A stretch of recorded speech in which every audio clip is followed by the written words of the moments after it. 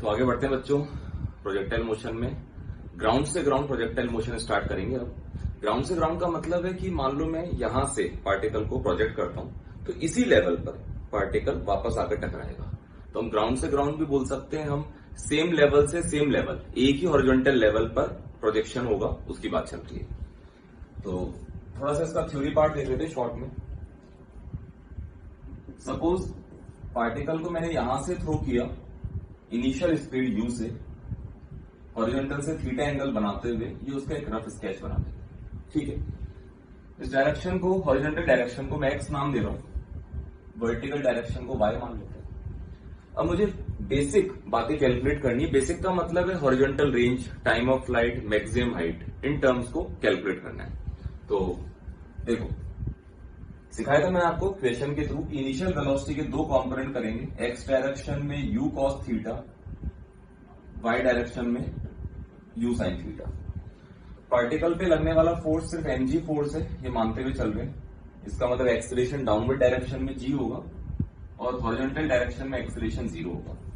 इसका मतलब horizontal velocity जो है u cos थीटा, वो through out the motion constant बनी रहेगी। अब पहले टाइम ऑफ फ्लाइट निकालने के लिए मैं यहां से लेकर वापस ग्राउंड तक आने के लिए पार्टिकल का मोशन देखने वालों, थ्रो करने से लेकर ग्राउंड तक आने के लिए सिर्फ वर्टिकल डायरेक्शन में ऑब्जर्वेशन करते हैं, अपवर्ड को पॉजिटिव मानते हुए। पार्टिकल को यहां से थ्रो किया, एक्चुअल मोशन तो ये है, पर एक बार ये भूल जाओ कि पार्टिकल आगे जा रहा है। पार्टिकल को यहां से वर्टिकली थ्रो करा u sin थीटा से, ऐसा सोचो। तो पार्टिकल गया मैक्सिमम हाइट तक, वापस ग्राउंड पर आ गया। तो वर्टिकल डायरेक्शन में सेकेंड इक्वेशन में वैल्यू पुट करते हैं, displacement 0, s equals to ut plus half at square में। तो वर्टिकल डायरेक्शन का displacement 0, initial velocity vertical direction में u sin थीटा, लगने वाला टाइम कैपिटल T मान लेते हैं, plus half into acceleration minus g लिखेंगे क्योंकि अपवर्ड को पॉजिटिव माना है, इंटू टी स्क्वायर। यहां से हम सॉल्व कर लेंगे तो t की वैल्यू आ जाएगी 2u sin theta by g. ये आ गया टाइम ऑफ फ्लाइट। ध्यान रखना, इस टाइम ऑफ फ्लाइट का मतलब ये वो टाइम है जब पार्टिकल जहां से थ्रो करा है उसी हॉरिजॉन्टल लेवल पर वापस आकर गिरेगा, ये वाला पूरा टाइम। कुछ बच्चे इसका गलत मीनिंग समझ लेते हैं, वो सोचते हैं कि यहां से लेकर कहीं तक का भी टाइम है, कहीं तक का नहीं है, यहां से इसी लेवल पर वापस आने तक का टोटल टाइम है, उसको बोलते हैं time of flight. Maximum height निकालने के लिए मैं डायग्राम वाइज अगर बात करूं, ये है ग्राउंड से मैक्सिमम हाइट पार्टिकल की।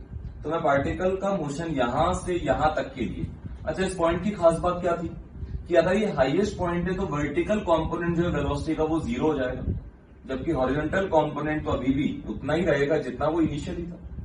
तो यहां से यहां तक वापस से वर्टिकल अपवर्ड डायरेक्शन में मैं इक्वेशन अप्लाई करूंगा। इस बार थर्ड इक्वेशन लगा रहा हूं y direction. Final velocity y direction में उसका square, initial velocity in y direction u sin theta का square, plus 2 into acceleration in y direction minus g क्योंकि अपवर्ड को पॉजिटिव माना है, और डिस्प्लेसमेंट वाई डायरेक्शन में यहां से यहां तक सिर्फ वर्टिकल डिस्प्लेसमेंट ये वाला कैपिटल एच, यहां से कैपिटल एच आ जाएगा u square sine square theta by 2g। ठीक है, दूसरा इंपॉर्टेंट फॉर्मूला, पहला ये, दूसरा ये।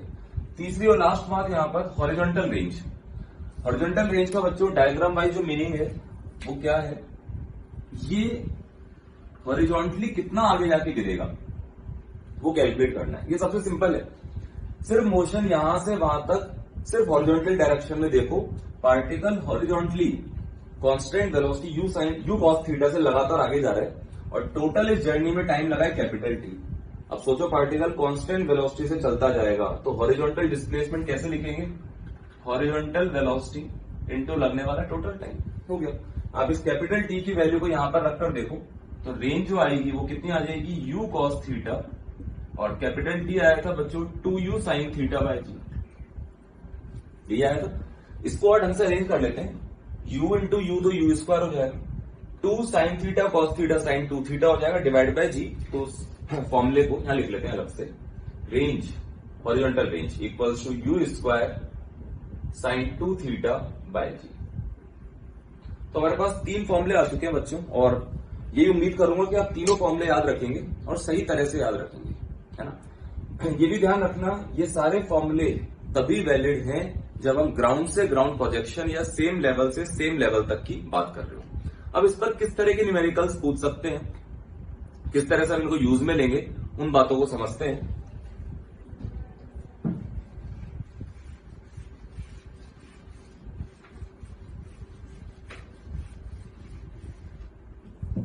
देखना, एक काम और कर लेते हैं, पहले एक दो बातें और समझ लेते हैं इससे रिलेटेड, फिर एक साथ न्यूमेरिकल्स को देख लेंगे। पहले मैं बात कर रहा हूं टाइम ऑफ फ्लाइट से रिलेटेड। टाइम ऑफ फ्लाइट है बच्चों 2u sin theta by g. अब अगर कोई पूछता है कि टाइम ऑफ फ्लाइट ज्यादा से ज्यादा कितना हो सकता है, ये बेसिक बातें जो कि आप बिना रटे भी समझ से याद कर सकते हैं इन बातों को।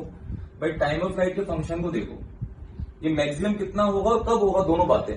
तो साइन फंक्शन की जब मैक्सिमम वैल्यू होगी तो ये टाइम ऑफ फ्लाइट मैक्सिमम हो जाएगा। हम ये मान के चल रहे हैं कि एक सर्टेन स्पीड यू से पार्टिकल को थ्रो करेंगे। प्रैक्टिकली समझो, मेरा हाथ में एक पत्थर है, मुझसे बोल दिया गया कि पत्थर को हमेशा 10 मीटर पर सेकंड से ही थ्रो करना है, यू को फिक्स कर दिया, कुछ भी वैल्यू हो सकती है। अब मुझसे बोला है कि ज्यादा से ज्यादा टाइम ऑफ फ्लाइट कब मिलेगा मुझे, तो मैं सोचूंगा इस फॉर्मूले को देखते हुए कि ये क्वांटिटी तो फिक्स है, इसको तो मैं चेंज कर नहीं सकता। अलग अलग एंगल पर अगर मैं उस पत्थर को थ्रो करूंगा तो साइन थीटा की डिफरेंट वैल्यू आएगी। साइन थीटा मैक्सिमम कितना होता है बच्चों, +1, और कब होता है जब थीटा 90 हो। तो साइन थीटा को 1 रख दो, तो मैक्सिमम टाइम ऑफ फ्लाइट कितना आ जाएगा 2u/g, और कब आएगा जब थीटा 90 डिग्री हो। डायग्राम वाइज थीटा 90 का क्या मतलब है कि हमने पार्टिकल को हॉरिजॉन्टल से 90 डिग्री एंगल पर थ्रो किया, इस तरह उछाला। ये यू स्पीड से ऐसे उछालो और यू स्पीड से ऐसे उछालो, ज्यादा टाइम किसमें लगेगा, वर्टिकली थ्रो करने में। ये यहां से प्रूव करा है हमने, ठीक है। तो टाइम ऑफ फ्लाइट से रिलेटेड तो छोटी सी बात थी। दूसरी बहुत इंपॉर्टेंट बात है हॉरिजॉन्टल रेंज से रिलेटेड। अभी हमने फॉर्मूला डिराइव करा है, ये फॉर्मूला हॉरिजॉन्टल रेंज का। अब देखना, ढंग से सुनना।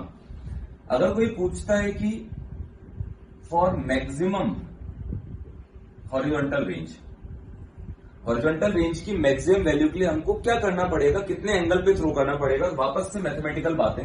इस फंक्शन को देखना, इसको रेंज मैक्सिमम कब होगी, जब साइन फंक्शन मैक्सिमम होगा। साइन फंक्शन मैक्सिमम होता है +1, और कब होता है जब साइन के अंदर लिखा हुआ एंगल ये पूरी टर्म 90 डिग्री हो।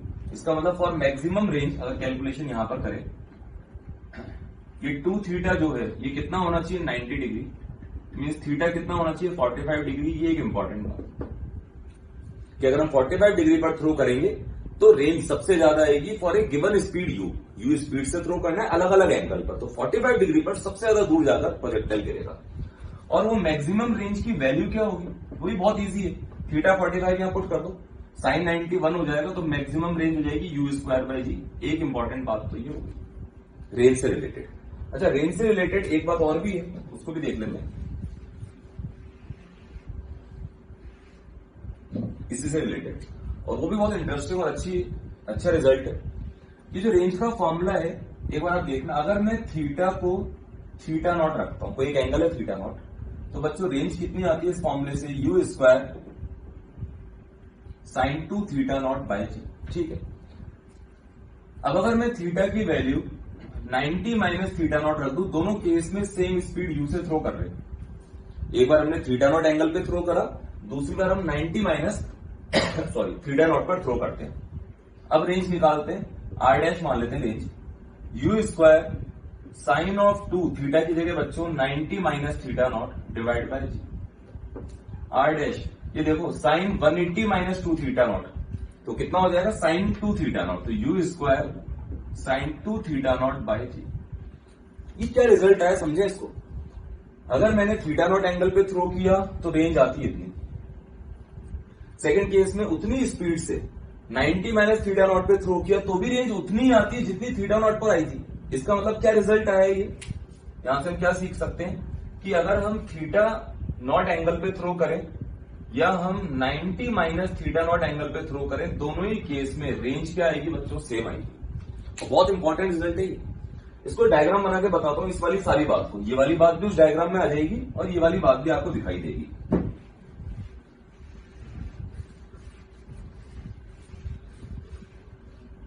देखो, बिल्कुल प्रैक्टिकली समझना इस बात को भी, तो आपको समझ में भी आएगा और अच्छा भी लगेगा।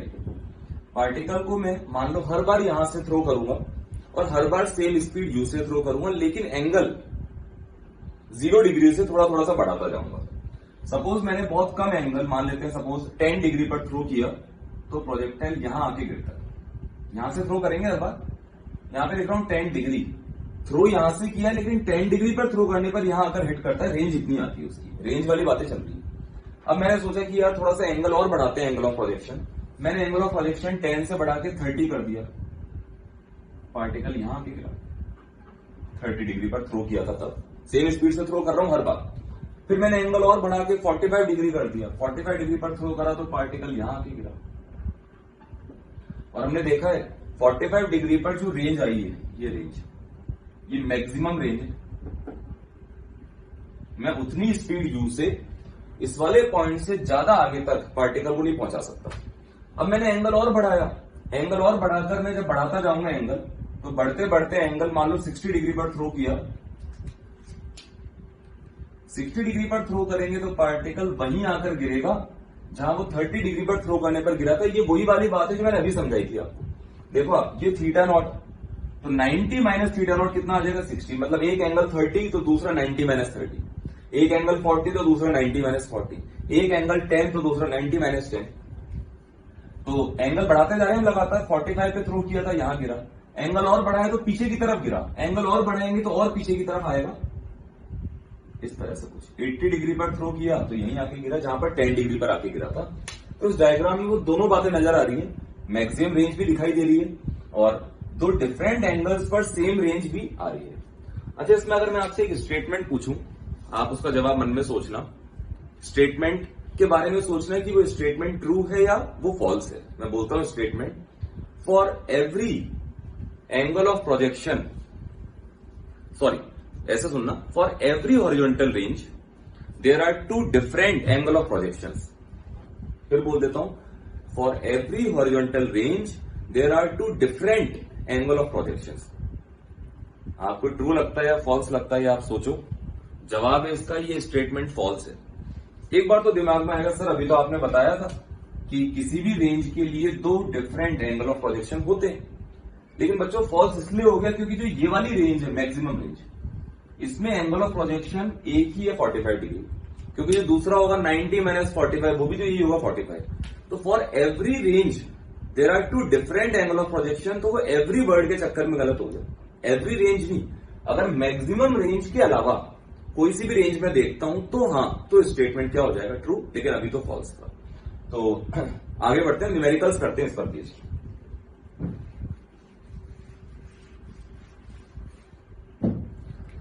और बहुत ही सिंपल क्वेश्चन से शुरुआत करते हैं बच्चों, बहुत easy, direct formula based. Ground से हमने एक पार्टिकल को थ्रो किया, initial velocity 40 metre per second, horizontal से एंगल सपोज 37 डिग्री।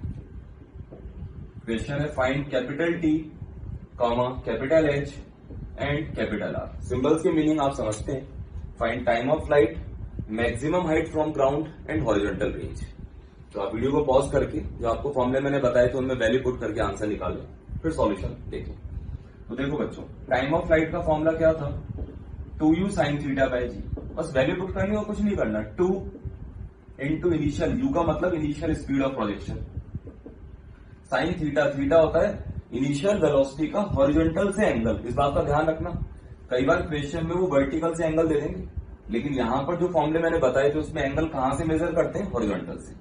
तो sine 37 degree which is 3/5 divide by g, ये कैंसिल आउट हो जाएगा और कितना आ जाएगा, 4 दूनी 8, 24/5 सेकेंड्स। ठीक है, सिंपल है। हॉरिजॉन्टल रेंज निकालनी है, formula u square sine 2 theta by जी।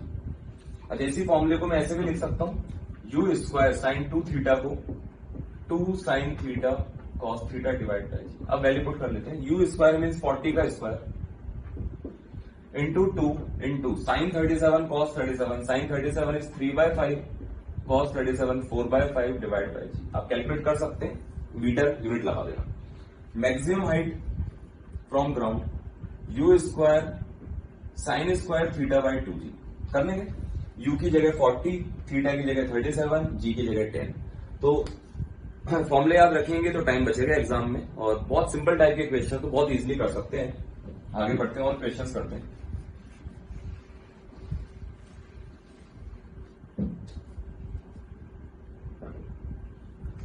एक न्यूमेरिकल लिखे आप, find angle of projection for which maximum height and horizontal range are equal. Find angle of projection for which maximum height and horizontal range are equal. Video को pause करें आप और try करें, फिर उसके बाद सॉल्यूशन देखें। देखो, मैक्सिमम हाइट और हॉरिजॉन्टल रेंज को इक्वल चाहते हैं तो जैसा बोल रहे हैं उसके अकॉर्डिंग आगे बढ़ना है। अब एच का फॉर्मूला था u square sine square theta by 2g। Horizontal range का फॉर्मूला था u square sine 2 theta by g। u square से u स्क्वायर, g से g cancel out. Left side में है बच्चों sign square theta by 2, right side में sign 2 theta को open कर लेते हैं, 2 sine theta cos theta. Sine theta से एक साइन थीटा चल जाएगा, यहां से टेन थीटा आ जाएगा 4। हमको थीटा कैलकुलेट करना था तो थीटा आ जाएगा टेन इनवर्स। तो टेन इनवर्स 4 एंगल पर अगर थ्रो करेंगे तो मैक्सिमम हाइट और हॉरिजॉन्टल रेंज जो आएगी वो लेंथ वाइज इक्वल आ जाएगी। तो और आगे बढ़ते हैं और क्वेश्चंस करते हैं इस पर बेस्ड। तो आगे बढ़ते हैं बच्चों, और ये तो हमने पढ़ा था ग्राउंड से ग्राउंड प्रोजेक्टाइल, जिसमें हमने ग्राउंड से थ्रो किया है, पार्टिकल वापस ग्राउंड पर आता है। 3 फॉर्मूले हमारे पास है, maximum height, time of flight, horizontal range. ध्यान रखना ये फॉर्मूले तभी एप्लीकेबल हैं जब हम एक ही हॉरिजॉन्टल लेवल से प्रोजेक्शन से उसी लेवल पर वापस आने तक का टाइम निकाल रहे हो।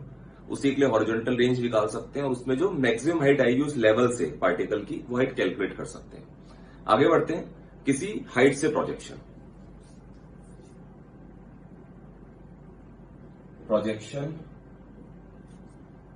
फ्रॉम टावर, किसी हाइट पे चल जाएंगे, वहां से पार्टिकल को प्रोजेक्ट करेंगे।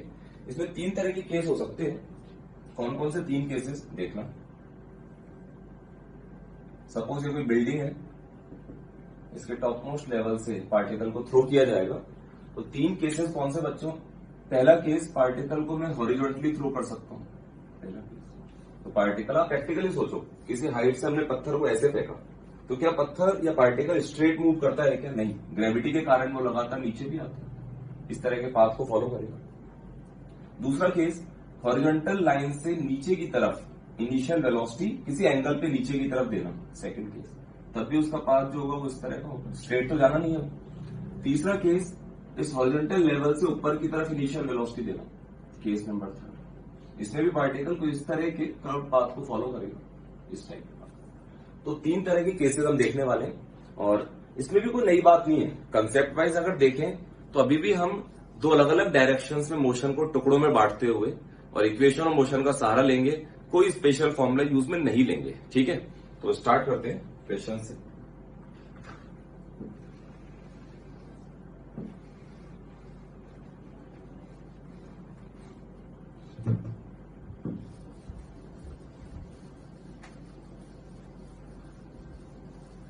इसमें बच्चों इस बात का ध्यान रखना है कि जब हमने इक्वेशन ऑफ मोशन लगाना सीखा था, जैसे हमने ग्राउंड से ग्राउंड में भी कई बार यूज में लिया है, तो चाहे हम हाइट से प्रोजेक्ट करें, चाहे हम ग्राउंड से प्रोजेक्ट कर रहे हो, कहीं से भी प्रोजेक्ट करें, प्रोजेक्टाइल मोशन में सबसे बेसिक क्या है, अलग अलग डायरेक्शंस में देखना। तो क्वेश्चन से समझना स्टार्ट करते हैं। देखो, सपोज एक बिल्डिंग है जिसकी हाइट मान लेते हैं 80 मीटर। 80 मीटर ऊंची बिल्डिंग है।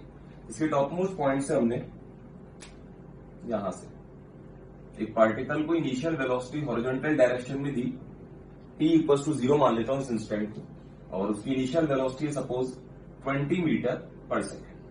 ठीक है, ये भी हम जानते हैं कि वो एक कर्व ट्रैक पर मूव करते हुए ग्राउंड तक आएगा। ये ग्राउंड लेवल बना लेते हैं इसे। डायग्राम बनाते हुए आप क्वेश्चन को नोट करें। First part, find the time in which particle will hit the ground. Second part, find its horizontal range. Third part, find the speed of particle just before it hits the ground. एक ही question में अलग अलग parts देख रहे हैं हम। Find the speed of particle just before it hits the ground. Part 4, find angle of inclination with the horizontal just before it hits the ground. Find angle of inclination with the horizontal just before it hits the ground. Next part, next find the speed of particle at t equals to 1 second. हमने t बराबर 0 पर throw किया. Find speed of particle at t equals to 1 second. और एक last part और, find coordinates of particle at t equals to 1 second. Find coordinates of particle at t equals to 1 second. Bracket में लिखना assume bottom most point of the building is origin. यहां origin मानना है आपको. Horizontal direction is positive x direction. Vertical upward direction is positive y direction. ठीक है, तो आप वीडियो को पॉज करिए, एक बार फिर भी ट्राई करें. पहला सवाल है आपके लिए, लेकिन फिर भी अलग अलग डायरेक्शंस में बंटवारा करते हुए और एट ए टाइम हम किसी भी पार्ट को सॉल्व कर रहे होंगे तो किसी एक डायरेक्शन में मोशन को देखेंगे और इक्वेशन और मोशन को यूज में लेते हुए आंसर तक पहुंच सकते हैं बहुत इजीली. आप पॉज करें और ट्राई करें, फिर आकर सॉल्यूशन देखें. चलो बच्चे स्टार्ट करते हैं. सबसे पहले एक रफ स्केच बना लेते हैं कि इस तरह की ट्रेजेक्टरी फॉलो करते हुए ग्राउंड तक आएगा. ठीक है, पहला पार्ट था ग्राउंड तक आने में कितना समय लगेगा. तो देखना, यहां से लेकर यहां तक के लिए मैं पार्टिकल का मोशन दो अलग अलग डायरेक्शंस में देख रहा हूं. तो पहले मैं देख रहा हूं वर्टिकल डायरेक्शन में, यहीं पर लिख देता हूं, यहीं इरेज कर दूंगा. वर्टिकल डाउनवर्ड डायरेक्शन को पॉजिटिव मानते हुए second equation s equals to ut plus half at square में वैल्यू पुट करते हैं. ढंग से देखना, मैं सिर्फ वर्टिकल में देख रहा हूं तो आप ये भूल जाना कि पार्टिकल हॉरिजॉन्टली आगे जा रहा है. तो आप सिर्फ वर्टिकल पैरामीटर्स देखना. यहां से वहां तक अगर भूल जाऊं कि पार्टिकल हॉरिजॉन्टली गया तो इस पार्टिकल को एक बार यहां लेकर आ जाओ. आप ऐसा सोचो पार्टिकल यहां से यहां आया, सिर्फ वर्टिकल देख रहा हूं. तो वर्टिकल डायरेक्शन में डिस्प्लेसमेंट हुआ इनिशियल पोजीशन से फाइनल पोजीशन की तरफ, मतलब नीचे की तरफ. ये डिस्प्लेसमेंट देखते हैं वर्टिकल में. कितना डिस्प्लेसमेंट हुआ 80 अमाउंट में. मैंने डाउनवर्ड को पॉजिटिव माना है. वर्टिकल में डिस्प्लेसमेंट वेक्टर की डायरेक्शन नीचे की तरफ है तो प्लस 80 रखेंगे एस की जगह. अब देखना, इनिशियल वेलोसिटी को क्या 20 रखेंगे क्या? नहीं. ये सारे पैरामीटर जो भी रखूंगा, डिस्प्लेसमेंट, इनिशियल वेलोसिटी, एक्सेलरेशन, सारे वर्टिकल डायरेक्शन वाले. तो इसका मतलब है इनिशियल वर्टिकल वेलोसिटी. अब आप देखो, इनिशियल वेलोसिटी का वर्टिकल कंपोनेंट निकालो, 0 आ रहा है. निकाल सकते हो ना, ये एंगल 90 डिग्री है तो 20 का कंपोनेंट इधर की तरफ 20 cos 90, 0 आ जाएगा. तो इनिशियल वर्टिकल वेलोसिटी 0. टाइम की तो डायरेक्शन होती नहीं, capital T time. Half into vertical में एक्सेलरेशन g, वो भी प्लस 10 क्योंकि डाउनवर्ड्स को पॉजिटिव माने और एक्सेलरेशन डाउनवर्ड्स में, इंटू टी स्क्वायर. यहां से बच्चों जो टाइम आएगा वो 4 सेकेंड्स आ जाएगा. सिंपल खेल है एकदम. टाइम आ गया 4 सेकेंड. सेकेंड पार्ट था हॉरिजॉन्टल रेंज, जो कि बहुत इजी होता है. हॉरिजॉन्टल रेंज मतलब पार्टिकल हॉरिजॉन्टली कितना दूर जाके गिरा, ये होती है हॉरिजॉन्टल रेंज. हॉरिजॉन्टल रेंज निकालने के लिए सिर्फ हॉरिजॉन्टल मोशन देखेंगे. इनिशियल हॉरिजॉन्टल वेलोसिटी 20 थी और हमको पता है हॉरिजॉन्टल में कोई एक्सेलरेशन भी नहीं है. इसका मतलब ये हॉरिजॉन्टल वेलोसिटी कांस्टेंट रहेगी. तो एक पार्टिकल 20 की कांस्टेंट वेलोसिटी से सिर्फ ऐसे जा रहा है, ऐसा सोचो. और टोटल टाइम 4 सेकंड में कितना डिस्प्लेस होगा उधर की तरफ? Horizontal velocity into time means 80 metre, 80 metre दूर जाके गिरेगा वो. सिंपल है. थर्ड पार्ट था ग्राउंड को हिट करने से जस्ट पहले, मतलब इसी मोमेंट पर उस बॉल की स्पीड कैलकुलेट करनी है. अब देखो, तरीका वही है. यहां पर उसकी जो नेट वेलोसिटी होगी बच्चों, को किसी एंगल पर होगी, मान लो भी. इसके दो कंपोनेंट रहे होंगे, हॉरिजॉन्टल और वर्टिकल. हॉरिजॉन्टल वेलोसिटी का कंपोनेंट तो कांस्टेंट है, वो उतना ही जितना शुरू में था. मींस ये वाला कंपोनेंट है 20 मीटर पर सेकंड और ये वाला कंपोनेंट मैं मान लेता हूं वी वाई मैग्नीट्यूड में और डायरेक्शन नीचे की तरफ. पहले वी वाई निकालूंगा, फिर इन दोनों का नेट निकालकर स्पीड बता देंगे आराम से. अब मैं वापस यहां से यहां तक के लिए वर्टिकल डाउनवर्ड डायरेक्शन को पॉजिटिव मानते हुए, वर्टिकल डायरेक्शन में ऑब्जर्वेशन कर रहा हूं, डाउनवर्ड्स को पॉजिटिव मानते हुए थर्ड इक्वेशन लिख रहा हूं. ढंग से देखना, फाइनल वर्टिकल वेलोसिटी का स्क्वायर, इनिशियल वर्टिकल वेलोसिटी का स्क्वायर, 2 इंटू वर्टिकल में acceleration g into displacement in vertical direction that is plus 80. तो बच्चों यहां से Vy की वैल्यू कितनी आ जाएगी? 40 मीटर पर सेकेंड. Vy आ गया.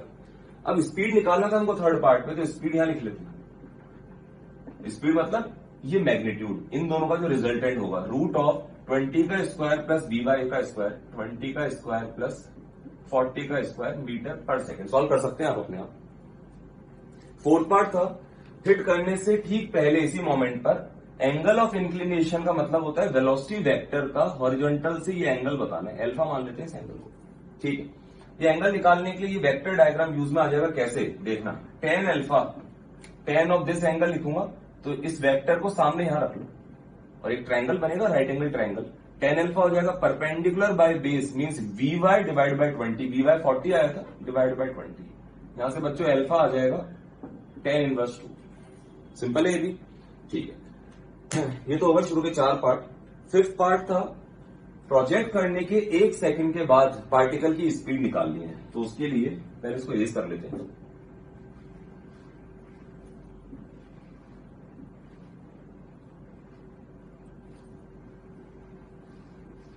देखो, प्रोजेक्ट करने के 1 सेकंड के बाद मान लेते हैं डायग्राम वाइज पार्टिकल यहां कहीं पर था और उसका वेलोसिटी वेक्टर टेंजेंशियल डायरेक्शन में होगा कुछ v मान लेते हैं, है ना। इस वेलोसिटी के 2 कंपोनेंट थे, हॉरिजॉन्टल और vertical.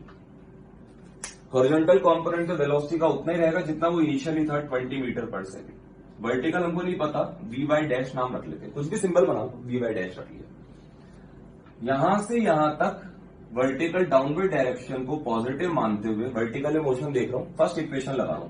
Final vertical velocity v y dash, initial vertical velocity 0, acceleration 10 और टाइम 1 सेकंड का टाइम दिया हुआ इस बार, तो यहां से वी वाई डैश कितना आ जाएगा 10 मीटर पर सेकंड। तो पार्टिकल की स्पीड क्या आएगी बच्चों, इन दोनों का नेट रूट ऑफ 20 का स्क्वायर प्लस 10 का स्क्वायर मीटर पर सेकंड। और एक इंपॉर्टेंट बात और बतानी थी लास्ट पार्ट में कि t बराबर 1 सेकंड पर पार्टिकल जिस भी पोजीशन पर है उस पॉइंट के कोऑर्डिनेट्स क्या होंगे, ये कैसे पता करें। देखना, मैं क्या करूंगा, यहां से लेकर यहां तक 2 अलग अलग डायरेक्शन से वापस देखूंगा। पहले मैं देख रहा हूं वर्टिकल डायरेक्शन में, तो यहां से यहां तक एक लाइन यहां पर ऐसे ड्रॉ कर लेते हैं। ठीक है, वहां से यहां तक वर्टिकल मोशन देखना है तो पार्टिकल को यहां से पकड़ के यहां ले आओ। वर्टिकली पार्टिकल का डिस्प्लेसमेंट इतना हुआ है, इसको मान लेते हैं कुछ भी स्मॉल h मान लेते हैं। ठीक, और यहां से वहां तक हॉरिजॉन्टल डिस्प्लेसमेंट ये हुआ है, इसको मान लेते हैं सपोज d, ऐसे नाम रख लिए। अब देखो, पहले h निकालते हैं। मैं यहां से लेकर यहां तक के लिए वर्टिकल डाउनवर्ड को पॉजिटिव मानते हुए सेकंड इक्वेशन लगा रहा हूं। Displacement in vertical, this is displacement in vertical direction. Initial vertical velocity 0, time 1 second का, half into acceleration in vertical into time का स्क्वायर, ये कितना आ जाएगा बच्चों 5 मीटर। मतलब बिल्डिंग के टॉप मोस्ट पॉइंट से 1 सेकंड के बाद पार्टिकल 5 मीटर वर्टिकली नीचे आ चुका था। और हॉरिजॉन्टल डिस्प्लेसमेंट लिखते हैं, यहां से यहां तक सिर्फ ये वाला मोशन देखो, हॉरिजॉन्टल वेलोसिटी कांस्टेंट है 20, टाइम है 1 सेकंड का यहां से यहां तक का, तो horizontal constant velocity into time means 20 metre. Particle horizontally 20 metre आगे जा चुका है। अब कोऑर्डिनेट्स देखना, क्वेश्चन में साफ लिखवाया मैंने कि यहां पर ओरिजिन मानना है, इसको एक्स डायरेक्शन मानना है, इसको वाई। उस पॉइंट का एक्स कोऑर्डिनेट डायग्राम वाइज ये होगा, और ये तो डी के बराबर है, मतलब इस पॉइंट का एक्स कोऑर्डिनेट तो आ गया 20 मीटर, ये आया था। ठीक है, इस पॉइंट का वाई कोऑर्डिनेट यहां ओरिजिन मानते हैं, तो वाई कोऑर्डिनेट उस पॉइंट का बच्चों ये वाली हाइट होगी, ये वाली। तो उसको ऐसे देखो, टोटल बिल्डिंग की हाइट 80 में से h माइनस कर दो, h कितना आया था 5, तो यहां से जो हाइट होगी ये वाली हाइट 75 आ जाएगी।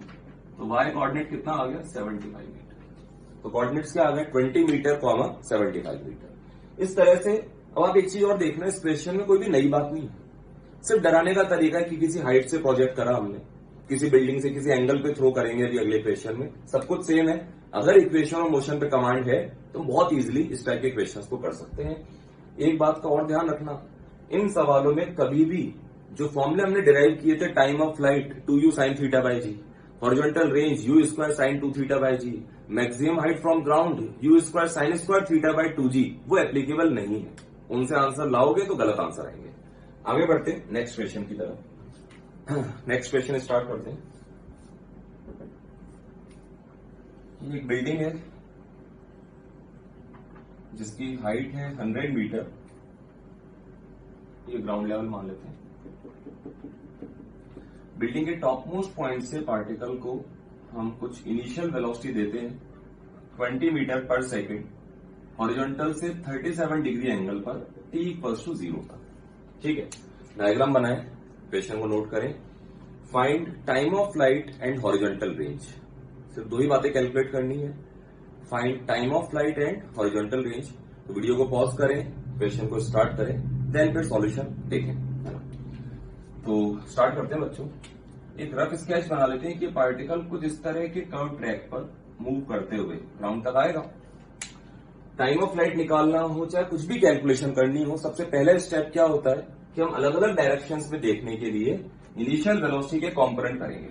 तो इस 20 का बच्चों हॉरिजॉन्टल कंपोनेंट 20 cos 37 वो आएगा 16 मीटर पर सेकेंड, और दूसरा इधर की तरफ आएगा इस वाले वेक्टर का component 20 sin 37 which is 12 metre per second. ठीक है, अब टाइम ऑफ फ्लाइट निकालने के लिए मैं यहां से लेकर ग्राउंड तक आने के लिए सिर्फ और सिर्फ वर्टिकल डायरेक्शन में मोशन को ऑब्जर्व कर रहा हूं, डाउनवर्ड डायरेक्शन को पॉजिटिव मानते हुए। सेकेंड इक्वेशन लगाने वाला हूं, ढंग से देखना। यहां से यहां तक सिर्फ वर्टिकल, ये भूल जाओ कि पार्टिकल आगे जा रहा है। आप ऐसा सोचो कि हमने बॉल को लिया, इनिशियल वेलोसिटी सिर्फ ये है उसके पास, नीचे की तरफ थ्रो किया। अगर यही वेलोसिटी होती तो पार्टिकल ग्राउंड तक कैसे आता? तो वर्टिकल डिस्प्लेसमेंट है बच्चों इनिशियल पोजीशन से फाइनल पोजीशन की तरफ एरो लगाते हुए, मतलब डाउनवर्ड डायरेक्शन में 100 मीटर।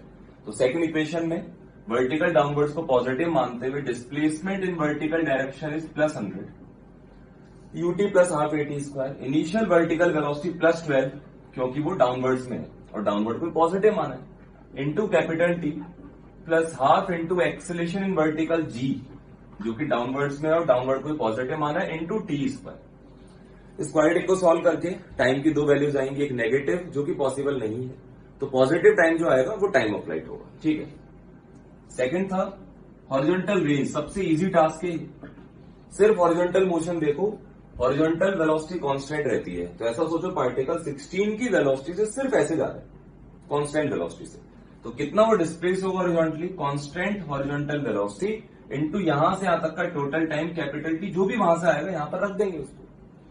तो इसमें भी कोई बहुत नई बातें नहीं है, इक्वेशन ऑफ मोशन का सहारा लेना है, अलग अलग डायरेक्शंस में देखते हुए बहुत इजीली हम आंसर तक पहुंच सकते हैं। आगे बढ़ते हैं बच्चों नेक्स्ट क्वेश्चन की तरफ।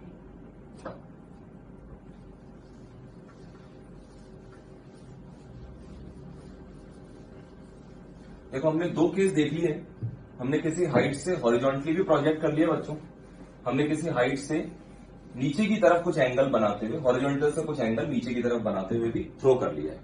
तीसरा केस और बचा हुआ है जिसमें हम हॉरिजॉन्टल लाइन से ऊपर की तरफ ऐसे प्रोजेक्ट करेंगे, तो पार्टिकल इस तरह के ट्रैक पर नीचे की तरफ आएगा। देखते हैं, सॉल्व करके देखेंगे, तभी प्रैक्टिस हो पाएगी, तभी हमको समझ में आएगा कि कैसे करना है। सपोज फिर से एक बिल्डिंग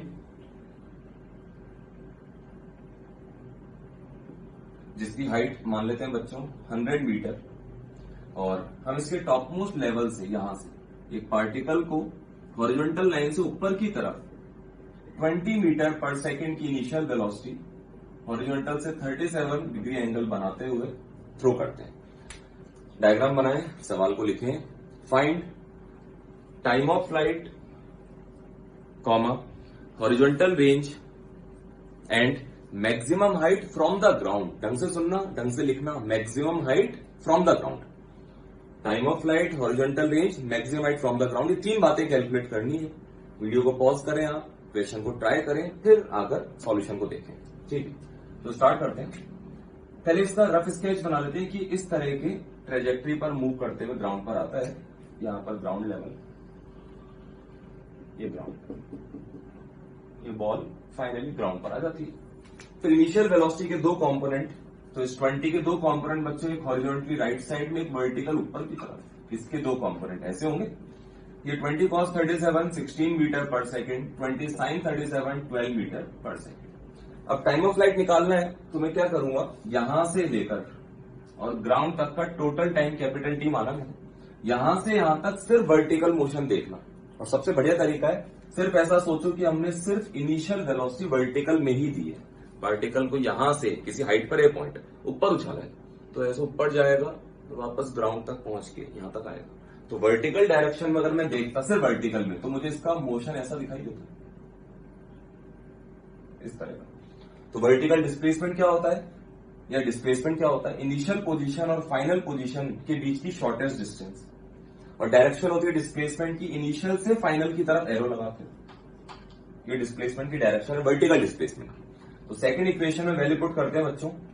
मैं किसी भी डायरेक्शन को, सपोज मैंने डाउनवर्ड डायरेक्शन को पॉजिटिव माना, और सेकंड इक्वेशन यहां से वहां तक वर्टिकल डिस्प्लेसमेंट नीचे की तरफ और डाउनवर्ड को पॉजिटिव माने मीन +100।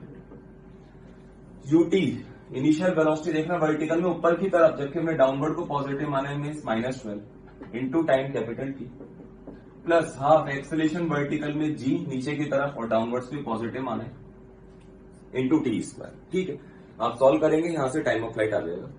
हॉरिजॉन्टल रेंज निकालते हैं, सबसे इजी काम यही है। लिख देता हूं डायरेक्ट, इस बार को बहुत बार समझा चुका हूं। हॉरिजॉन्टल कांस्टेंट वेलोसिटी इनटू लगने वाला टोटल टाइम, ये आ जाएगी हॉरिजॉन्टल रेंज।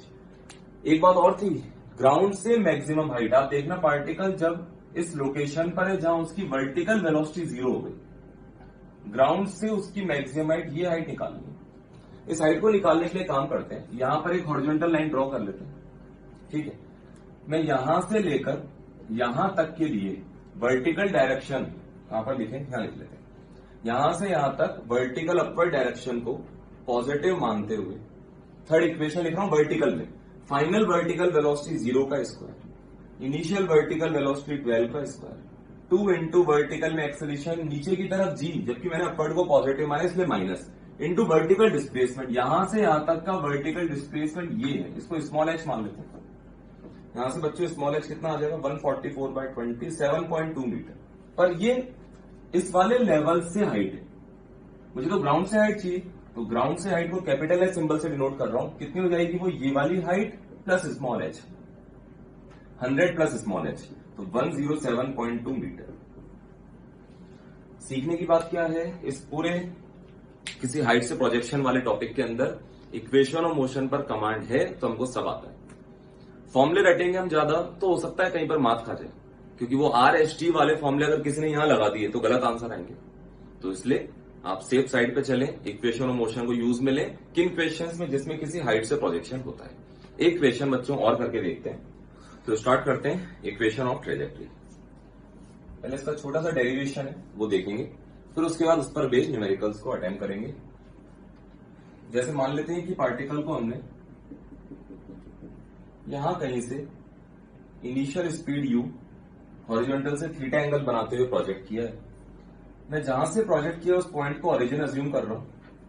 हॉरिजॉन्टल डायरेक्शन को, इस डायरेक्शन को x मान लेते हैं, वर्टिकल अपवर्ड डायरेक्शन को +y डायरेक्शन अज्यूम कर लेते हैं, और इस रफ स्केच, रफ ट्रेजेक्ट्री पर पार्टिकल मूव करता है ऐसा मान लेते हैं। ये इंस्टेंट है बच्चों t = 0 जब थ्रो किया है। मान लेते हैं किसी टाइम t पर पार्टिकल इस पाथ पर, इस लोकेशन पर था यहां पर, और इस पॉइंट के कोऑर्डिनेट्स हैं सपोज x, y। पहले तो समझ में आना चाहिए कि इक्वेशन ऑफ पाथ या इक्वेशन ऑफ ट्रेजेक्ट्री का मैथमेटिकल मीनिंग क्या है। देखना, जैसे अगर पार्टिकल का पाथ XY प्लेन में है तो मुझे इस पाथ की इक्वेशन लिखनी है। इस पाथ की इक्वेशन का मतलब इस पाथ पर कोई भी एक जनरल पॉइंट मार्क करेंगे, उस जनरल पॉइंट की जो कोऑर्डिनेट्स है x और y के बीच में जो रिलेशन होगा उसको हम बोलेंगे यहां पर इक्वेशन ऑफ ट्रेजेक्ट्री। जैसे फॉर एग्जांपल मान लो पार्टिकल का पाथ इस XY प्लेन में स्ट्रेट लाइन होता सपोज, तो उसकी जो इक्वेशन होती पाथ की वो स्ट्रेट लाइन जैसी इक्वेशन होती y = mx + c टाइप की। सेम ऐसे ही यहां पर इसका जो पाथ है वो स्ट्रेट लाइन तो नहीं है, तो जो भी फाइनली इक्वेशन हमको मिलेगी आप देखना वो y = mx + c टाइप की नहीं होगी।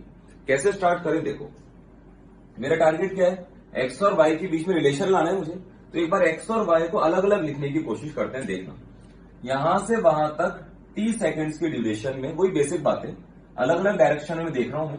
यहां पर y का मतलब, y कोऑर्डिनेट का मतलब ये वाली हाइट, x कोऑर्डिनेट का मतलब ये वाली लेंथ। तो देखो यहां से वहां तक सिर्फ हॉरिजॉन्टल डायरेक्शन में देखना, हॉरिजॉन्टल डिस्प्लेसमेंट x ये equals to horizontal constant velocity u cos theta into लगने वाला टाइम t। सिंपल है एकदम।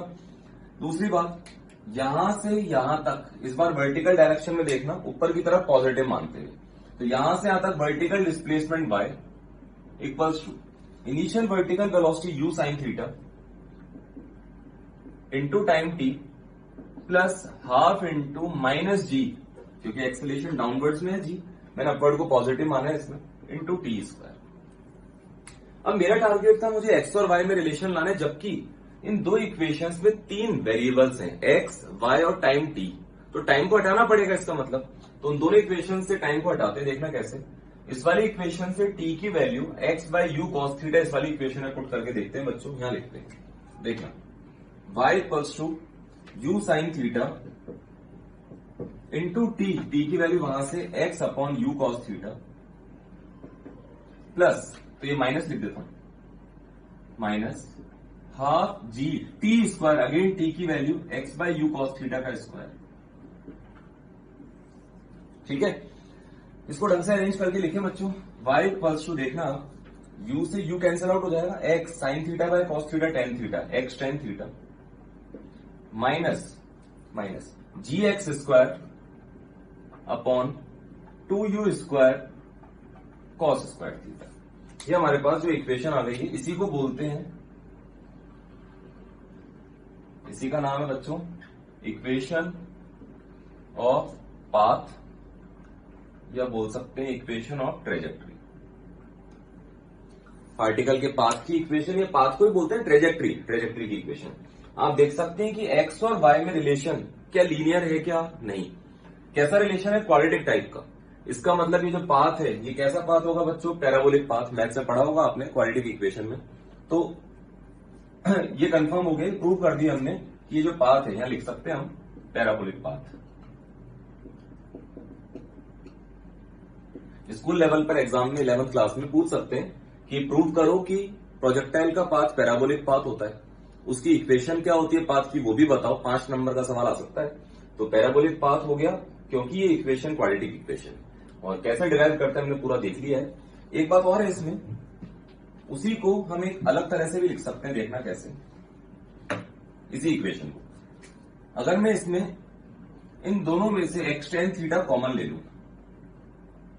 तो देखना क्या बचेगा। यहां पर 1 माइनस, वहां देखते हैं x टेन थीटा कॉमन लिया, तो उसको ऐसे देखो आप, ऊपर नीचे टेन थीटा से मल्टीप्लाई करो और x टेन थीटा बाहर ले लो, तो g x divide by 2u square cos square theta tan theta, ये बचेगा। यहां पर अगर मैं इस टेन थीटा को साइन बाय कॉस लिख लूं, यहीं पर लिख रहा हूं, इरेज करके आप देखते जाना। टेन थीटा को मैंने लिखा sign theta by cos theta, ठीक है। फिर इस वाले कॉस थीटा से कॉस थीटा की एक पावर उड़ा दी। फिर उसके बाद ये 2 sine theta into cos theta, एक फॉर्मूला बन गया साइन 2 थीटा का। फिर उसके बाद इस जी को यहां पे डिवाइड करके लिख सकता हूं, एक ही बात है। अगर आप ढंग से देखें इस वाली टर्म को, तो आप जानते हो उसको, ये ग्राउंड से ग्राउंड प्रोजेक्शन में हॉरिजॉन्टल रेंज होती है। इसका मतलब यही इक्वेशन ऑफ ट्रेजेक्ट्री क्या दिखाई देगी, y equals to x tan theta bracket में 1 minus x by capital R. समझ रहे हो बात को। तो इस तरह से हम इक्वेशन और ट्रेजेक्ट्री को डिराइव कर सकते हैं। और इसके दोनों फॉर्मेट याद रखने, ये वाला भी y equals to x tan theta minus g x square upon 2u square cos square theta, और दूसरा ये वाला भी y equals to x tan theta और ब्रैकेट के अंदर 1 minus x by horizontal range. तो ये तो बात हो गया डेरिवेशन। इस पर बेस्ड न्यूमेरिकल्स किस तरह के होते हैं, क्या यूज है इसका, वो तभी समझ पाएंगे जब सवाल करेंगे। तो स्टार्ट करते हैं इस पर बेस्ड कुछ क्वेश्चंस। तो बच्चों स्टार्ट करते हैं कुछ क्वेश्चंस इक्वेशन ऑफ ट्रेजेक्ट्री पर बेस्ड। बहुत ही सिंपल बेसिक क्वेश्चन से स्टार्ट कर रहा हूं। एक पार्टिकल किसी एक्स वाई प्लेन में इस तरह से मूव करता है कि उसका एक्स कोऑर्डिनेट टाइम के साथ चेंज हो रहा है इस इक्वेशन के करस्पॉन्डिंग, और सपोज वाई कोऑर्डिनेट जो है वो टाइम के साथ इस तरह से बदलता है, इस टाइप से, जहां पर टी को सेकंड से मान लेते हैं और एक्स और वाई को मीटर में मान के चल रहे हैं। ठीक है, तो फर्स्ट पार्ट है find equation of path. Particle के पाथ की इक्वेशन बतानी है। आप वीडियो को पॉज करके ट्राई करें, फिर उसके बाद मैं सॉल्व करूंगा, फिर सेकंड पार्ट की तरफ बढ़ेंगे। तो स्टार्ट करते हैं। देखो ये नहीं सोचना कि सर पाथ की इक्वेशन तो आपने बताई थी y equals to x tan theta minus g x square upon, नहीं, वो तो इक्वेशन ऑफ पाथ है प्रोजेक्टाइल की। यहाँ प्रोजेक्टाइल वर्ड कहीं यूज में लिया नहीं है, जनरल क्वेश्चन चल रहा है। हो सकता है पार्टिकल का पाथ स्ट्रेट लाइन हो सकता है पार्टिकल का पाथ पैराबोलिक हो सकता है सर्कुलर हो, और भी अलग अलग टाइप के बहुत सारे तरह के पाथ होते हैं। तो हर क्वेश्चन में डायरेक्टली ये नहीं सोचना कि अच्छा सिर्फ एक ही तो इक्वेशन होती है पाथ की, y equals to x tan theta minus वो वाली इक्वेशन, ऐसा नहीं है। ठीक है, तो बिल्कुल बेसिक से सोचते हैं। पाथ की इक्वेशन का मतलब मैंने बताया था आपको, एक्स और वाई में रिलेशन, मैथमेटिकली सोचो कि इन दो इक्वेशंस की हेल्प से एक्स और वाई में रिलेशन लाना है, मतलब टाइम को टी को एलिमिनेट करना पड़ेगा। तो यहां से मैं टी की वैल्यू कितनी आएगी बच्चों, रूट एक्स यहां पर पुट कर दूंगा। तो y equals to 4 times t की जगह रूट एक्स माइनस 3 टाइम्स और टी की जगह रूट एक्स मीन्स ये हो जाएगा। तो पार्टिकल जिस भी पाथ पर मूव कर रहा है उसके पाथ की इक्वेशन आ गई। इतना सा पूछा था फर्स्ट पार्ट में, ठीक है। Second part, find velocity vector and acceleration vector as a function of time. हमको पार्टिकल की वेलोसिटी, पार्टिकल का एक्सीलरेशन का फंक्शन टाइम के साथ निकालना है। ये थोड़ा सा अच्छा पार्ट है, आप इसको भी एक बार ट्राई करें, फिर मेरे सॉल्यूशन को देखना और कुछ ना कुछ जरूर सीखना उससे।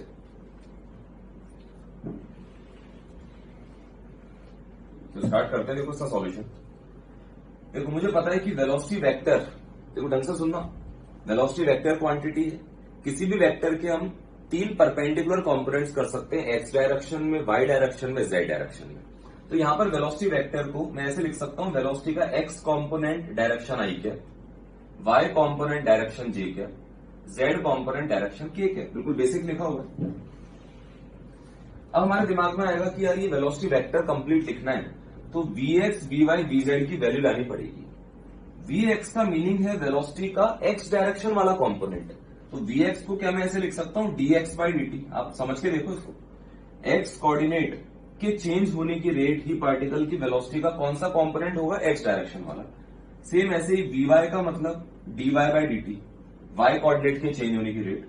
सेम वेलोसिटी के z कंपोनेंट का मतलब dz by dt, z coordinate के चेंज होने की रेट। ठीक, तो Vx लिखते हैं यहीं पर, आगे लिख रहा हूं उसके आगे, dx by dt, x का टाइम के साथ रिलेशन ये है, इसको डिफरेंशिएट कर दो, कितना आ जाएगा 2d। dy by dt इसको डिफरेंशिएट करो 4 माइनस 60। z यहां पर 0 है तो उसका डिफरेंशिएशन 0 रहेगा हमेशा। तो बच्चों वेलोसिटी वेक्टर तो मेरे पास आ चुका है, देखना Vx की जगह 2t रख दूंगा, डायरेक्शन आई के, Vy की जगह 4 माइनस 60 डायरेक्शन जे कैप, और जेड कैप के कैप वाली टर्म यहां पर नहीं है क्योंकि Vz 0 था। अच्छा, वेलोसिटी वेक्टर आते ही एक्सीलरेशन वेक्टर तक पहुंचना बहुत इजी है। कैसे? हम जानते हैं कि वेलोसिटी के चेंज होने की रेट ही एक्सीलरेशन होता है, तो इसको डिफरेंशिएट कर देंगे। 2t का डिफरेंशिएशन टाइम के रेस्पेक्ट में 2 आई कैप, तो डायरेक्शन को रिप्रेजेंट कर रहा है, प्लस इसका हो जाएगा -6 और डायरेक्शन जे के। तो वेलोसिटी वेक्टर भी आ गया, एक्सीलरेशन वेक्टर भी आ गया।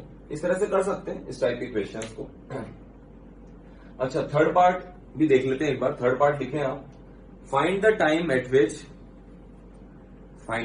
Eight which velocity and acceleration both are perpendicular. Find the time at which velocity and acceleration both are perpendicular to each other. वो समय बताना है जब v और a आपस में परपेंडिकुलर होंगे। कैसे करेंगे? हम जानते हैं कि जब भी दो वेक्टर परपेंडिकुलर हो जाते हैं उनका डॉट प्रोडक्ट क्या आ जाता है, 0। तो वेलोसिटी और एक्सीलरेशन जब परपेंडिकुलर होंगे तो इनका डॉट कितना आना चाहिए, 0। मेरे पास वेलोसिटी वेक्टर भी लिखा हुआ है वेक्टर फॉर्म में, एक्सीलरेशन वेक्टर भी लिखा हुआ है वेक्टर फॉर्म में, इनका डॉट निकालते हैं। तो 2t into 2 means 4t, 4 minus 60 into -6, तो 4 minus 60 into -6 equals to 0। Solve कर लेते हैं इसको। 4t equals to 24 minus 36t, 40t equals to 24, t equals to 24 by 40 second. इसको और आप कट करके और सिंप्लीफाई कर लेना। ये वो टाइम है जिस इंस्टेंट पर, एक इंस्टेंट के लिए वेलोसिटी और एक्सीलरेशन आपस में परपेंडिकुलर रहे होंगे। कर सकते हैं इस टाइप के क्वेश्चंस, ठीक है। तो इससे यही सीखना था कि इक्वेशन ऑफ पाथ का जनरल मीनिंग है पार्टिकल जिस भी प्लेन में मूव कर रहा है उस प्लेन में जो कोऑर्डिनेट्स हैं, एक्स वाई प्लेन भी हो सकता है, वाई जेड प्लेन भी हो सकता है, एक्स वाई जेड पूरा 3D मोशन भी हो सकता है, तो उनमें रिलेशन निकालना ही पाथ की इक्वेशन है। एक एग्जांपल और देखते हैं। सपोज पार्टिकल का x coordinate 3 sin omega t इस फंक्शन के अकॉर्डिंग चेंज होता है, टाइम के साथ एक्स कोऑर्डिनेट इस तरह से चेंज होता है। पार्टिकल का y coordinate suppose 3 cos omega t इस तरह से बदलता है। और एक ही पार्ट है इस बार क्वेश्चन में, we have to find equation of trajectory of particle. Particle के पाथ की इक्वेशन हमको पता करनी है। आप फिर से वीडियो को पॉज करें और जल्दी से अटेम्प्ट करके यहां पर आए, फिर मेरे सॉल्यूशन से मैच करें। तो सॉल्व करते हैं। एक्स और वाई में रिलेशन लाना है, जबकि इन दो इक्वेशंस में 3 वेरिएबल है, एक्स वाई और टाइम।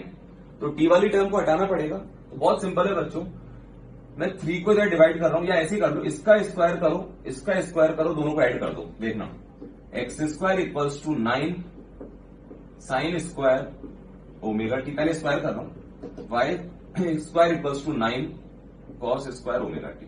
दोनों इक्वेशंस को ऐड कर देते हैं। X square plus y square equals to 9 common आ जाएगा, और sine square omega t plus cos square omega t 1 बन जाएगा। आप देख सकते हो कि पाथ की इक्वेशन आ गई है, एक्स और वाई में रिलेशन आ गया है। आप आगे पढ़ोगे मैथ्स में सर्कल की इक्वेशन होती है, सर्कल जिसकी रेडियस है 3 मीटर, यहाँ रेडियस का स्क्वायर लिखा हुआ होता है पढ़ोगे आप लोग मैथ्स में। सिर्फ कहना चाह रहा हूं कि इक्वेशन और ट्रेजेक्ट्री के लिए एक्स और वाई का रिलेशन निकालना है, ठीक है। अब आते हैं ऐसे इक्वेशंस पर जो प्रोजेक्टाइल के पाथ पर बेस्ड है। जो हमने डेरिवेशन किया था प्रोजेक्टाइल के पाथ की इक्वेशन का, उसको यूज में कैसे लेना है वो देखना। जनरली इसमें 2 टाइप के इक्वेशंस देखे जाते हैं, मैं दोनों टाइप के इक्वेशंस की प्रैक्टिस करा देता हूं। इक्वेशन ऑफ प्रोजेक्टाइल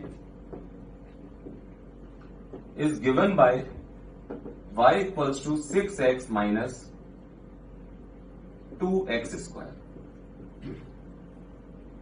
यहां पर x और y मीटर में मान के चल रहे हैं। प्रोजेक्टाइल के पाथ की इक्वेशन हमको बता रखी है y equals to 6x minus 2x square। we have to find capital T, capital H, capital R। Symbols की मीनिंग आप समझते हो। Time of flight, maximum height from ground, horizontal range, ये तीनों टर्म्स कैलकुलेट करनी है। आप वीडियो को पॉज करके ट्राई करें एक बार, फिर सॉल्यूशन से मैच करें। तो स्टार्ट करते हैं बच्चों, देखना।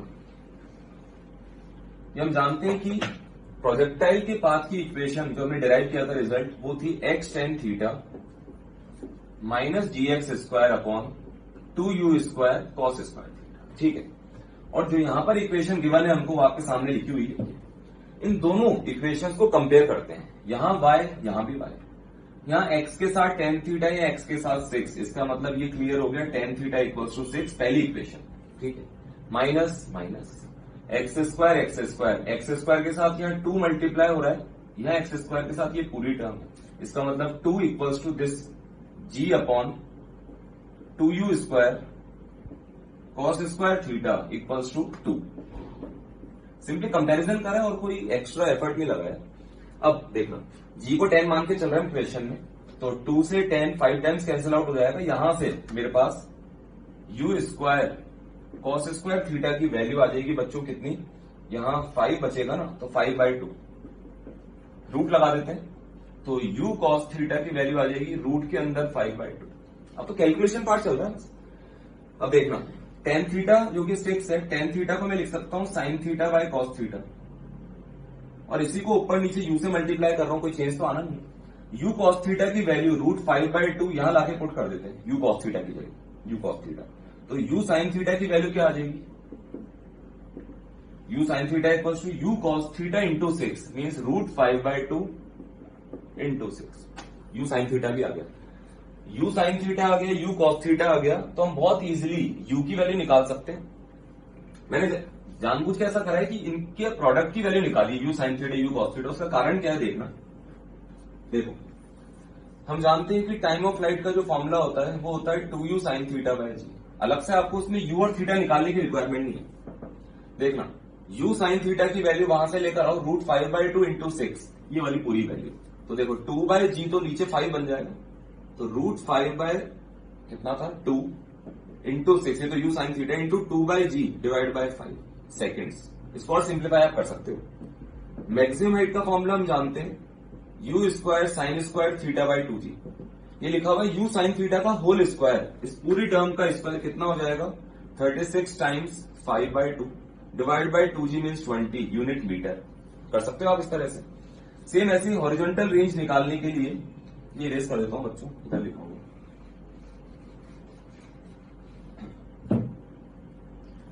हॉरिजॉन्टल रेंज निकालने के लिए हम क्या कर सकते हैं, फॉर्मूला हम जानते हैं, u square sine 2 theta by g होता है। इसको ऐसे लिख लें, u स्क्वायर साइन 2 थीटा को लिख रहा हूं ओपन करके 2 sine theta into cos theta by g. इसी को ऐसे लिख रहा हूं, 2 को अलग से बाहर लिख लेते हैं, u स्क्वायर में से एक u को इसके साथ, दूसरे u को इसके साथ लिख लो, डिवाइड बाय जी। अब यू साइन थीटा और यू कॉस थीटा की वैल्यूज वहां से लाके पुट कर दो इसके अंदर, आंसर आ जाएगा आपका रेंज का। तो इस इक्वेशन से क्या सीखा कि इक्वेशन और ट्रेजेक्ट्री हम अगर याद रखेंगे और हमसे डायरेक्ट उसके कंपैरिजन वाला सवाल पूछा जाएगा तो हम इस तरह से कैलकुलेट करके बता सकते हैं। अच्छा, इसी इक्वेशन को सॉल्व करने का सेकंड मेथड बताता हूं।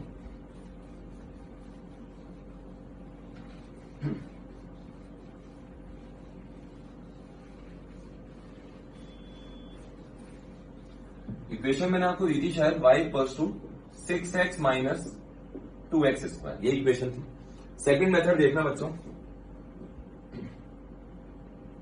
ये भी अच्छा और सिंपल मेथड है। ये तो कंफर्म है कि पार्टिकल का पाथ x और y प्लेन है, तो मान लेते हैं ये बोर्ड वाला प्लेन xy प्लेन है। पार्टिकल को हमने यहां से थ्रो किया है, ये पार्टिकल का एक रफ स्केच बना रहा हूं। अब देखो, अगर मैं इस वाले पॉइंट की बात करूं तो मुझे पता है कि ये होती है हॉरिजॉन्टल रेंज। इसका मतलब इस पॉइंट के कोऑर्डिनेट्स क्या होंगे, r,0, r तो x कोऑर्डिनेट और y कोऑर्डिनेट 0 है, और ये पॉइंट इसके इस पाथ पर आ रहा है।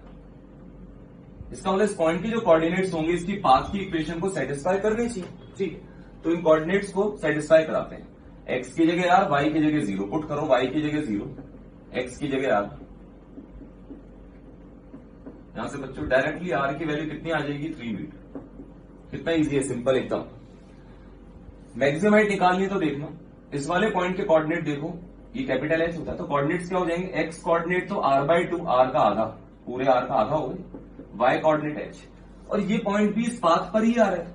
इसका मतलब इस पॉइंट के कोऑर्डिनेट्स भी पाथ की इक्वेशन को सेटिस्फाई करेंगे, तो सेटिस्फाई करा देते हैं। y की जगह h, x की जगह r/2, तो h equals to 6 into r/2 minus 2 into r/2 का होल स्क्वायर। r की वैल्यू 3 आ चुकी है, पुट कर देते हैं, तो ये 3 टाइम्स कैंसिल आउट हो जाएगा। r की जगह 3 तो 9 माइनस 2 इंटू यहां से 1/4 आएगा, और r स्क्वायर 3 का स्क्वायर 9। इसको आप सॉल्व कर लें, मीटर में आंसर आ जाएगा। अच्छा, इस वाली ट्रिक से, इस वाले तरीके से रेंज निकालना बहुत इजी है, h निकालना बहुत इजी है। टाइम ऑफ फ्लाइट कैसे निकालें वो भी इजी है। ये h की वैल्यू आने के बाद इसका फॉर्मूला हम जानते हैं, इस फॉर्मूले के इक्वेट इससे बराबर करके हमारे पास u साइन स्क्वायर थीटा की वैल्यू आ जाएगी, मतलब u साइन थीटा की वैल्यू आ जाएगी। u साइन थीटा आते ही टाइम ऑफ फ्लाइट का फॉर्मूला अप्लाई करना है, तो इनको इक्वेट करने से u साइन थीटा निकालो वहां से, उसको यहां लाके रख दो, उससे क्या आ जाएगा, टाइम ऑफ फ्लाइट। तो इस तरह से भी आप इस टाइप के क्वेश्चंस को सॉल्व कर सकते हो। आगे बढ़ते हैं और क्वेश्चंस करके देखते हैं।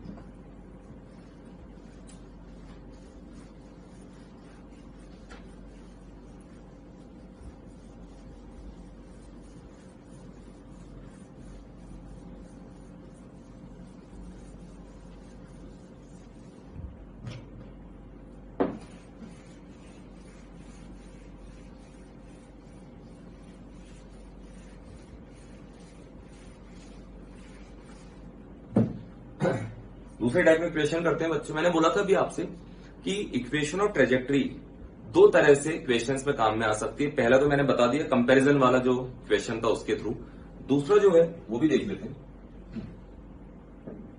सपोज हमने ग्राउंड लेवल से यहां से किसी पार्टिकल को प्रोजेक्ट किया, कुछ उसकी इनिशियल स्पीड मान लेते हैं सपोज, या यू सिंबल से डिनोट कर रहा हूं, हमने उसको थ्रो किया 60 डिग्री एंगल बनाते हुए हॉरिजॉन्टल से। ठीक है, आगे हवा में कहीं पर एक पॉइंट मार्क कर रहा हूं, पॉइंट पी। वो पॉइंट पी जो है उसको एक बिल्डिंग का टॉप मोस्ट पॉइंट मान लेते हैं। उस बिल्डिंग की हाइट गिवन है बच्चों 4 मीटर, और यहां से उस बिल्डिंग का हॉरिजॉन्टल सेपरेशन गिवन है 10 मीटर। ठीक है, डायग्राम बनाए, फिर सवाल लिखना। Find the value of u for which particle will hit point P. Find the value of u for which particle और projectile will hit point P. तो आप वीडियो को पॉज करके एक बार ट्राई कर सकते हैं अपने आप, इक्वेशन और ट्रेजेक्ट्री को यूज में लेते हुए, देन उसके बाद सॉल्यूशन को देखना। तो स्टार्ट करते हैं बच्चों, बहुत सिंपल और अच्छा सवाल है। क्वेश्चन ये पूछा गया है कि यू की किस वैल्यू के लिए ये प्रोजेक्टाइल उस पॉइंट पी पर जाकर टकराएगा या उसको हिट करेगा। तो एक रफ स्केच बना रहा हूं, मान लेते हैं कि ये इस तरह से मूव करते हुए पॉइंट पी पर जाकर हिट करता है, इस टाइप से। ठीक है, ये प्रोजेक्टाइल पॉइंट पी पर हिट कर रहा है। अब देखना, अगर ये प्रोजेक्टाइल पॉइंट पी पर हिट करेगा, इसका मतलब मैं अगर पॉइंट ऑफ प्रोजेक्शन को ओरिजिन मान लूं, जो कि हमने डेरिवेशन में माना भी था, हॉरिजॉन्टल डायरेक्शन को एक्स डायरेक्शन, वर्टिकल डायरेक्शन को वाई मान लूं, और पॉइंट पी के कोऑर्डिनेट्स लिख के रख लूं डायग्राम देखते हुए, एक्स कोऑर्डिनेट 10, वाई कोऑर्डिनेट 4, 10,4। अब कंसेप्ट क्या है, ये पॉइंट पी इस प्रोजेक्टाइल का जो पाथ है इसके पाथ पर आ रहा है। इसका मतलब पॉइंट पी के जो कोऑर्डिनेट्स हैं इस प्रोजेक्टाइल की जो पाथ की इक्वेशन है उसको सेटिस्फाई करेंगे। तो सबसे पहले तो हमको याद होना चाहिए प्रोजेक्टाइल के पाथ की equation, y equals to x tan theta minus g x square upon 2u square cos square theta. अब सिर्फ इतना सा करना है कि पॉइंट पी के कोऑर्डिनेट्स को इस इक्वेशन में पुट करना है, सेटिस्फाई कराना है।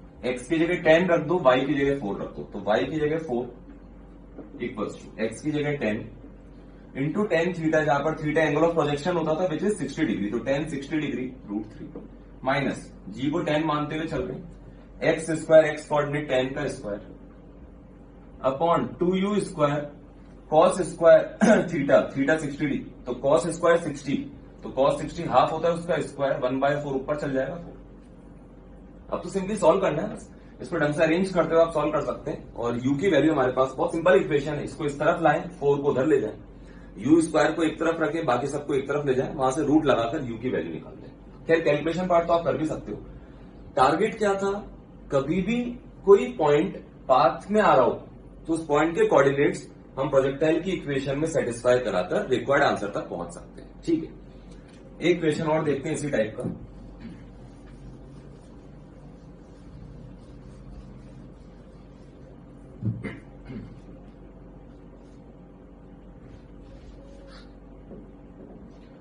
देखो क्वेश्चन को पूछने का तरीका थोड़ा सा चेंज करते हैं, तरीका तो यही रहेगा लेकिन एक्चुअली क्या है, थोड़ी सी कैलकुलेशन अलग तरह से, उसमें एक्स्ट्रा बातें भी आएंगी इस क्वेश्चन में। फिर से ग्राउंड की किसी पॉइंट से हम एक पार्टिकल को थ्रो करते हैं, initial speed 100 metre per second, इस बार एंगल गिवन नहीं है, ठीक है, एंगल ऑफ प्रोजेक्शन गिवन नहीं है, उसको मैं डायग्राम में थीटा से इंडिकेट कर रहा हूं। यहां पर फिर से एक बिल्डिंग, उसके टॉप मोस्ट पॉइंट को मैं पी से इंडिकेट कर रहा हूं, और पॉइंट पी की ग्राउंड से हाइट है बच्चों 90 मीटर, और यहां से वो बिल्डिंग हॉरिजॉन्टली 100 मीटर की डिस्टेंस पर। डायग्राम बना लिया हो, सवाल लिखें, find the value of theta for which particle will hit point P. Theme वही है थीम वही है, थोड़ा सा कैलकुलेशन आप देखने लगता है ऐसे। Find the value of theta for which particle will hit point P. देखो तरीका वही रहेगा, पॉइंट ऑफ प्रोजेक्शन को ओरिजिन मानेंगे, हॉरिजॉन्टल डायरेक्शन को एक्स, वर्टिकल डायरेक्शन को वाई। एक रफ स्केच बना लेंगे कि भाई ये पार्टिकल जाकर उस पॉइंट पी को हिट करता है, करवा दिया हिट। पॉइंट पी के कोऑर्डिनेट्स यहां ओरिजिन मानते हुए देखना 100,90, और पॉइंट पी इस प्रोजेक्टाइल के पाथ पर आ रहा है, मतलब उस पॉइंट के जो कोऑर्डिनेट्स हैं इसके पाथ की इक्वेशन को सेटिस्फाई करेंगे। सेटिस्फाई कराते हैं, y equals to x tan theta वाली इक्वेशन में देखते जाना, वैल्यू पुट कर रहा हूं सीधे, y मतलब उस पॉइंट का y coordinate 90 equals to x, उस पॉइंट का x coordinate 100, tan theta, theta तो अननोन है हमारे लिए, माइनस जी एक्स स्क्वायर, जी को 10 मानते हुए, x का मतलब x कोऑर्डिनेट 100 का square, g x square upon 2u square, u भी गिवन है 100 कॉस स्क्वायर थीटा। इस बार आप देखें इस पूरी इक्वेशन में अननोन वाली टर्म है थीटा वाली टर्म, तो ये कैंसिल आउट हो जाएगा और एक 0 यहां से कैंसिल आउट कर देते हैं। इक्वेशन क्या बची, इधर 9 और पूरे को 2 से मल्टीप्लाई कर देता हूं, इधर 18, 2 से मल्टीप्लाई करेंगे तो 20 tan थीटा। सॉल्व करना सिखा रहा हूं आपको, ध्यान रखना है इस बात को। 2 कैंसिल आउट हो चुका है तो यहां पर 1 अपॉन कॉस स्क्वायर थीटा, तो कॉस स्क्वायर थीटा को ऊपर ले जाऊंगा तो सेक स्क्वायर थीटा हो जाएगा। अगले स्टेप को यही लिख रहा हूं, सेक स्क्वायर थीटा को मैं लिख सकता हूं 1 प्लस टेन स्क्वायर थीटा। इसको और ढंग से अरेंज कर लें, 18 equals to 20 tan theta minus 1 minus tan square theta. इसको लास्ट स्टेप ऐसे लिख देते हैं, tan square theta minus 20 tan theta और प्लस 19 इक्वल्स टू 0। सही है, इधर आएगा ना tan square theta minus 20 tan theta plus 19। ठीक है, आप देख सकते हैं टेन थीटा में क्वाड्रेटिक इक्वेशन है, इसको इरेज कर देता हूं फिर बाद में देखते हैं। इसको बहुत इजीली सॉल्व कर सकते हैं, हम मैथ्स में क्वाड्रेटिक पढ़ चुके हैं और पहले से भी जानते हैं वैसे। तो यहां से टेन थीटा की वैल्यूज क्या आएंगी, tan theta equal to minus b plus minus root के अंदर b square minus 4 into a into c divide by 2a। तो ये कितना आ जाएगा, 19 दूनी 38, 76, 400 में से 76 जाएंगे तो कितने बचेंगे, 76 तो 4 और 80 324। तो यहां पर बचेगा इस जगह पर रूट 324। रूट 324 कितना होता है, 20 का तो 400 हो जाएगा, 18 होता है शायद, यहां पर 18 आ जाएगा। तो टेन थीटा की वैल्यूज क्या आएंगी, 20 माइनस 18 मीन्स 1 और टेन थीटा की दूसरी वैल्यू 20 प्लस 18 कितना हो गया, 38 बाई 2 19। ठीक है, तो हमने टेन थीटा की दो वैल्यूज निकाली, तो यहां से थीटा की दो वैल्यूज मतलब आंसर आ जाएंगे। एक तो आ जाएगा theta equal to tan inverse 1 which is 45 degree, दूसरा theta equal to tan inverse 19 जिसकी वैल्यू हमको डायरेक्टली याद नहीं है तो इनवर्स फॉर्म में लिखना पड़ेगा। अब एक बात दिमाग में जरूर आती है कि दो आंसर जो आ रहे हैं दो थीटा की वैल्यूज, ये क्या इंडिकेट करना चाहिए। सवाल था उस पॉइंट पी पर वो प्रोजेक्टाइल जाके हिट करना चाहिए और रिजल्ट आए कि दो डिफरेंट एंगल्स आ रहे हैं जिनसे पार्टिकल उस पॉइंट पे जाके हिट कर रहा है। क्या लॉजिक है, कैसे एक्सप्लेन करें डायग्राम वाइज। क्या ये वही कंसेप्ट है क्या कि सेम हॉरिजॉन्टल रेंज के लिए दो डिफरेंट एंगल ऑफ प्रोजेक्शन होते हैं, नहीं वो नहीं है।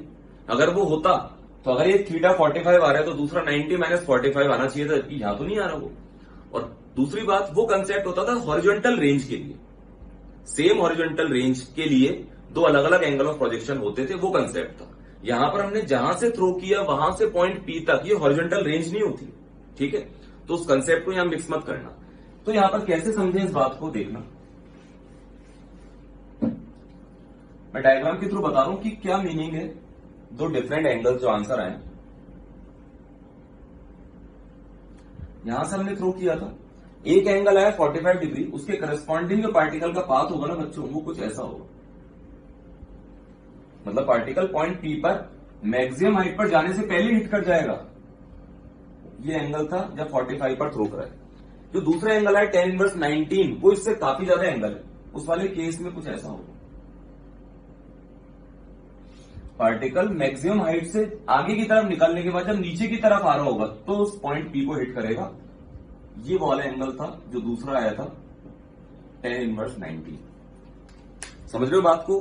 तो अगर आप इक्वेशन और ट्रेजेक्ट्री को याद रखेंगे, फिर बोल रहा हूं याद रखना बहुत जरूरी है, और दोनों फॉर्मेट में y equals to x tan theta minus g x square upon 2u square cos square theta, और इसी को हमने चेंज करके लिखा था, याद है आपको, y equals to x tan theta into 1 minus x by capital are.